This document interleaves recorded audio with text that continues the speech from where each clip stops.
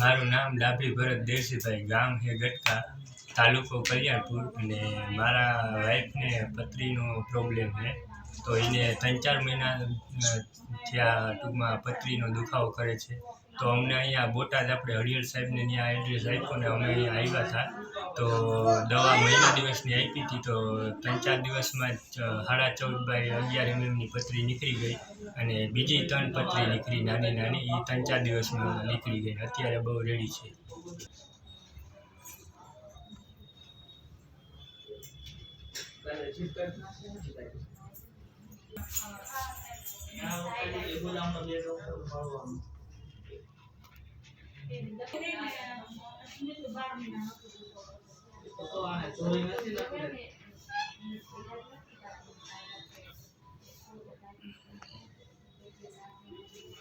છોકરીનું વાળું નીકળી ગયા, મચ્છર થઈ ગયું બસમાં, આખી ખૂટી ગઈ છે.